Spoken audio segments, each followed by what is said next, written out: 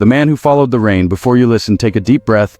Have you ever faced a moment where life felt too heavy, like no matter what you did, nothing changed? This story begins with a man who lived inside that kind of moment, and what he did next will stay with you for a long time. The full story. In a quiet rural village far from the noise of the city lived a man named Okafor. His life was simple. He farmed the land, cared for his family, and trusted the seasons. But that year everything changed. The rain stopped. At first everyone thought it was normal, a delay, a bad week. But 1 week became 2, then a month, then 3. The sun grew harsher. The soil hardened until it cracked like broken glass. The crops turned yellow, then brown, then dead.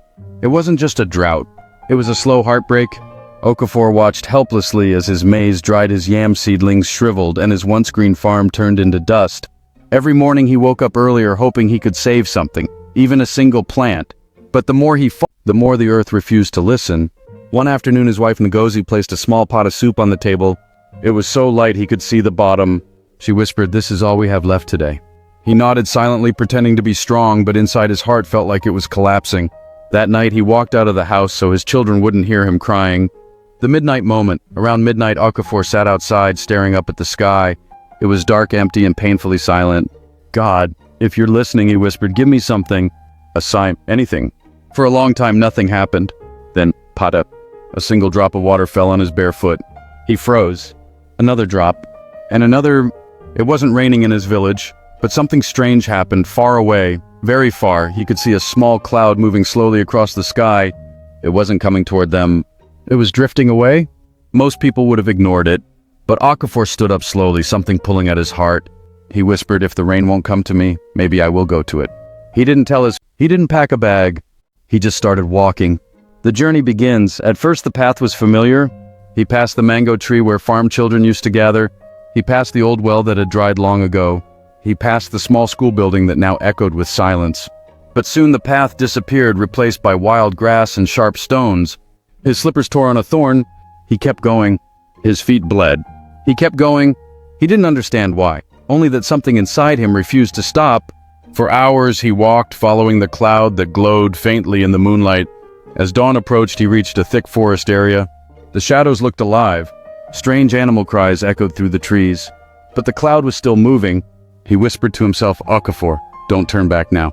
So he kept walking. The first sign of hope. Around sunrise he reached the next village. Their land was green, fresh, alive. It shocked him. Children were running. Women were washing clothes. Smoke rose gently from cooking fires. The farms that were flourishing. He stood there, so dusty, weak, and hungry. A young boy noticed him and ran over. "Uncle, are you okay?" Okafor nodded slowly. Does it rain here?" the boy laughed. "It rained last night. It rains here almost every week." Every week Okafor felt like collapsing. The boy ran back and called his mother. She rushed over and offered Okafor food, warm porridge and palm wine. He ate slowly, tears forming in his eyes. "Why are you crying?" the woman asked kindly. He shook his head. "I came following the rain." Learning again, while recovering, Okafor walked around their farms.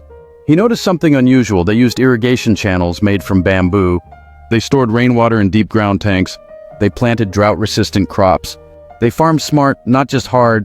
An old farmer approached him. "You're from the dry village." Yes, Okafor replied quietly. "You people wait for the sky too much. Sometimes you must help God by helping yourself." That line struck him deep. For 3 days, Okafor stayed in the village, learning everything he could. He watched. He asked. He studied the irrigation. He took a few seeds the villagers gave him. On the 4th morning, he stood up. "I must go home," he said. The villagers gave him food for the road. The old farmer touched his shoulder. "Take what you saw here and let it grow over there." The return Okafor walked back home, but this time his steps were lighter. When he returned, his daughter Ada ran to him, hugging him tightly. "Papa, I thought you left us." He knelt and held her close. "No, my child, I went to bring something back." His wife looked at him confused. "What did you bring? There's no rain here." But Okafor smiled for the first time in months. "We will create our own." The change. From that day, he began working like never before. He dug trenches. He built water channels from leftover pipes he found. He taught his neighbors everything he learned. They laughed at him at first. They said he was wasting his time. But he kept going. Days turned into weeks. Weeks into months. The land slowly softened. The crops began to stand upright again. The people finally understood. They worked together, and slowly the entire village began to breathe again. The climax. The rain returns. One afternoon, Ada came running from outside, screaming, "Papa, Papa, look. Okafor rushed out and saw it, dark clouds rolling toward them heavy with promise. Thunder growled across the sky. Lightning flashed, and then rain. Real rain? Pouring rain. People ran outside shouting, dancing, crying, laughing. The rain washed away months of pain. It washed away fear. It washed away doubt. Ada held his hand tightly and whispered, "You followed the rain that day, and now the rain has come to follow you." Okafor looked up at the sky as the water ran down his face. For the first time in a long time he felt whole, because he learned something life-changing. Sometimes blessings don't find you.